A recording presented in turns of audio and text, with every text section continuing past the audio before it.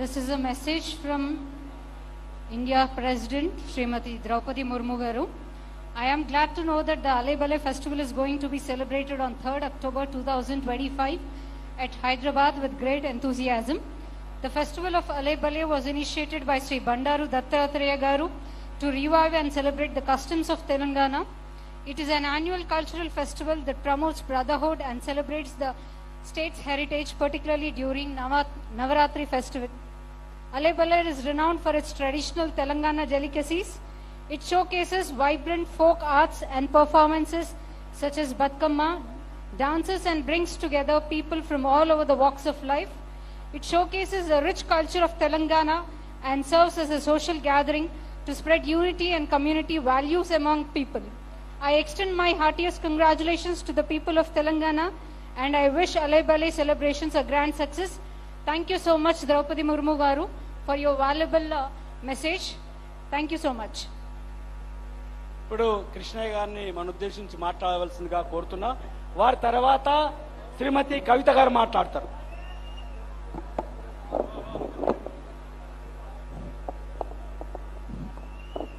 దసరా సమ్మేళనకు అలై బలై కార్యక్రమానికి సమర్థవంతంగా ఆర్గనైజ్ చేసినటువంటి పెద్దలు గౌరవనీయులు బండారు దత్తాత్రేయ గారికి, అదేవిధంగా బండారు విజయలక్ష్మి గారికి, అందరికీ ఇక్కడ వచ్చినటువంటి అన్ని పార్టీల, అన్ని కులాల, అన్ని వర్గాల వారికి దసరా శుభాకాంక్షలు. దసరా మన అందరి పండుగ. మన సనాతన సాంప్రదాయం నుంచి మహాభారతము రామాయణ కాలం నుంచి ఈ పండుగను అత్యంత వైభవంగా జరుపుతున్నటువంటి పండుగ దసరా పండుగ. భారతీయ సంస్కృతికి, సనాతన సాంప్రదాయానికి ఈ పండుగ ఒక గొప్ప, ప్రపంచంలో ఎక్కడ లేనటువంటి గొప్ప విశేషం మన ధర్మంలో ఉంది, మన సాంప్రదాయం ఉంది. మనిషికి శారీరక సుఖమే కాదు, మానసిక సుఖమే అన్నిటికీ మూల హేతు అని, మూల కారణమని చెప్పినటువంటి గొప్ప సాంప్రదాయము మన భారతీయ సాంప్రదాయం. అట్లాంటి సాంప్రదాయం లోపల ఈ దసరా పండుగ రోజు ఒక విశేషం ఏమిటంటే, కాశ్మీర్ నుంచి కన్యాకుమారి దాకా శత్రుమిత్ర భేదం లేకుండా, కుల మతాల పట్టింపు లేకుండా అందరూ కలిసి ఒకరోజు మనసిప్పి మాట్లాడుకొని ఆత్మీయంగా పలకరించే పండుగ దసరా పండుగ. గతం లోపల చరిత్ర ఒకసారి తొంగి చూసినట్లయితే దసరా పండుగను అత్యంత వైభవంగా, అత్యంత బ్రహ్మాండంగా జరిపేది.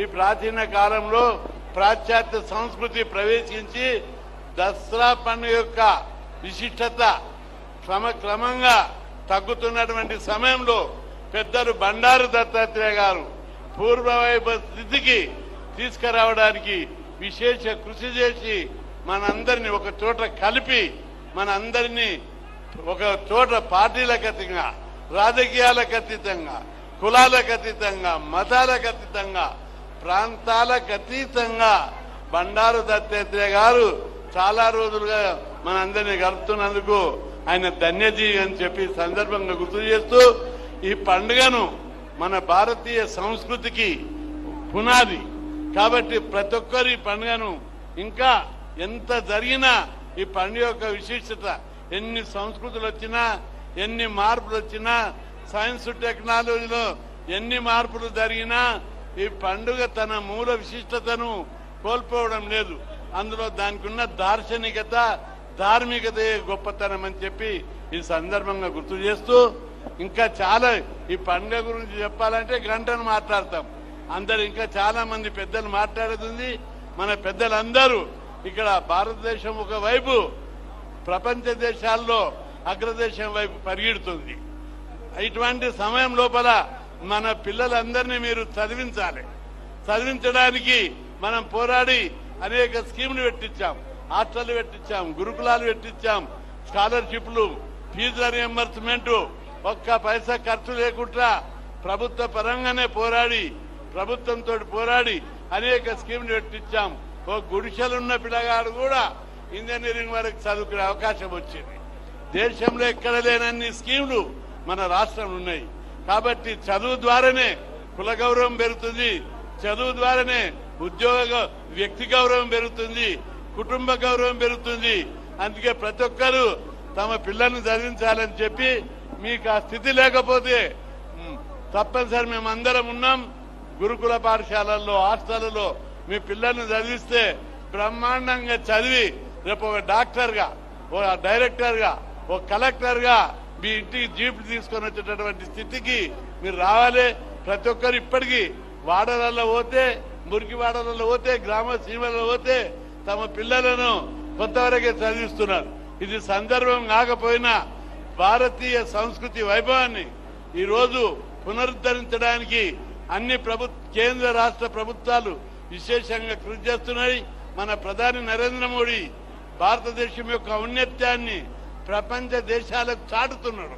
ఇట్లాంటి సందర్భంలో మనమందరం భారతీయ సంపదను, సంస్కృతిని మరొకసారి ఉద్ధరింపజేసి ముందుకు తీసుకుపోదామని, ఈ పండుగ మనందరికీ నూతన ఉత్సాహాన్ని, మానసిక శక్తిని, శారీరక శక్తిని కలగజేసి ముందుకు నడిపిస్తుందని, మీరందరూ సుఖంగా ఉండాలని, సంతోషంగా ఉండాలని, ఈ దేశ సంపద పెంచడానికి భగవంతుడు మీకు కొత్త శక్తిని ఇవ్వాలని కోరుకుంటూ సెలవు తీసుకుంటాను.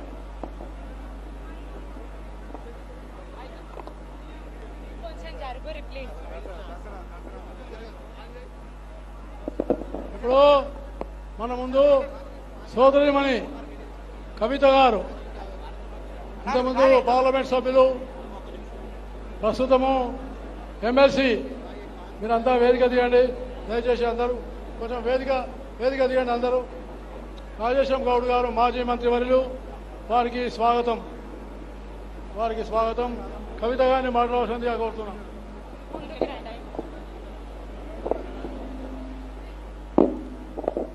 జై తెలంగాణ. అందరికీ నమస్కారం.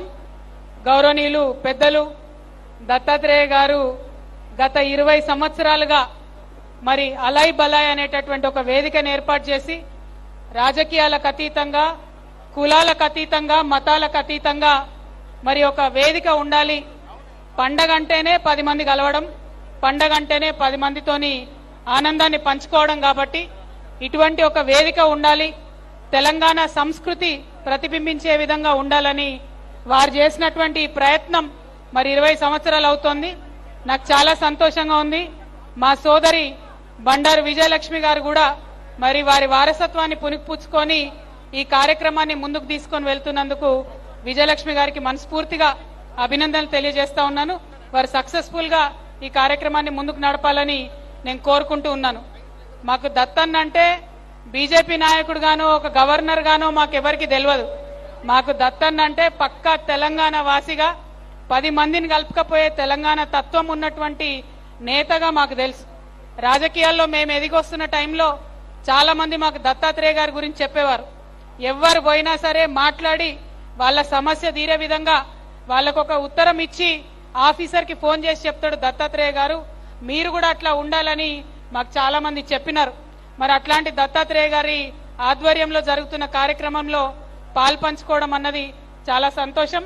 తెలంగాణలో అతిపెద్ద పండుగ అయినటువంటి బతుకమ్మ, దసరా పండుగ శుభాకాంక్షలు మళ్ళొకసారి మీ అందరికి తెలియజేస్తూ 20 సంవత్సరాలు నింపుకున్నటువంటి అలై బలై ఇలాగే కొనసాగాలని మనస్ఫూర్తిగా కోరుతున్నాను. Thank you. జై తెలంగాణ.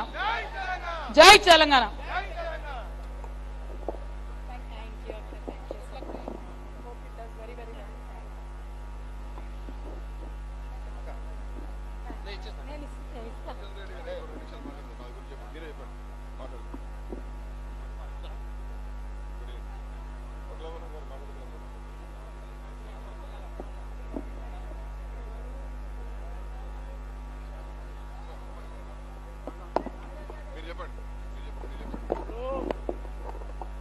మన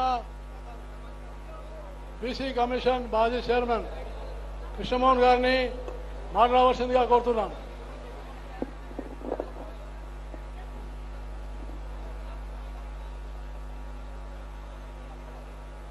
బతుకమ్మ, దసరా, విజయదశమి పర్వదినాలను ఎంతో ఘనంగా జరుపుకొని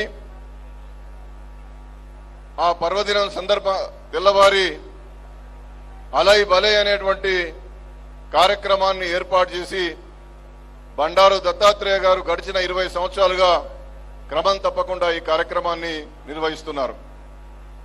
అలై బలై అంటే ఇక్కడ ఆత్మీయ సమ్మేళనం, ఇక్కడ వాద వివాదాలకు తావులేదు, ఇక్కడ రాజకీయ పార్టీలకు తావులేదు, రాజకీయ విమర్శలకు తావులేదు.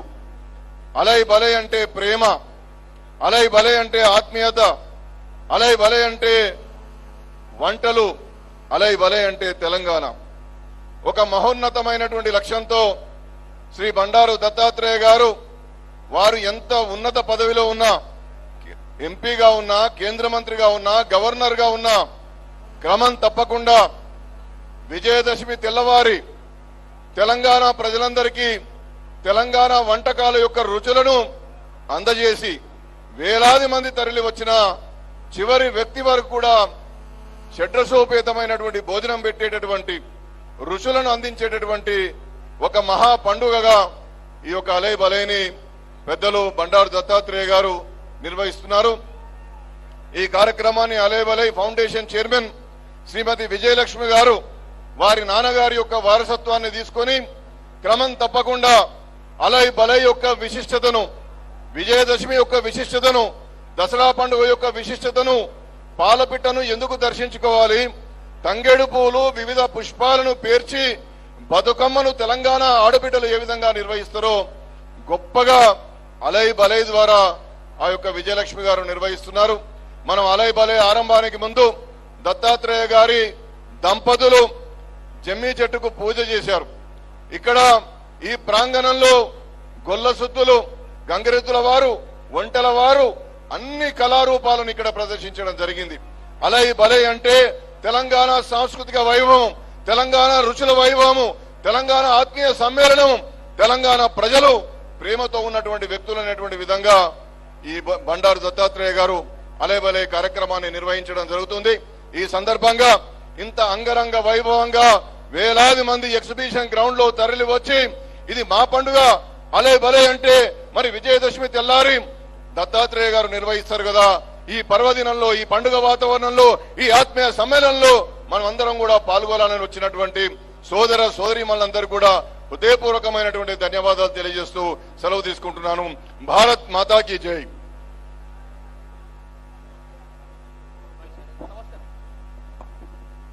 ఇప్పుడు మన ముందు ఒక అబ్బాయి, మీరందరూ తెలియండి, మన కౌన్సిల్ డిప్యూటీ చైర్మన్ వేణుకుమార్ గారు, కౌన్సిల్ డిప్యూటీ చైర్మన్ బండా ప్రకాష్ గారు రావడం వారికి సంతోషం, స్వాగతం. ఒక నిమిషం కూర్చోవాలి, కూర్చోండి కూర్చోండి కూర్చోండి కూర్చోండి.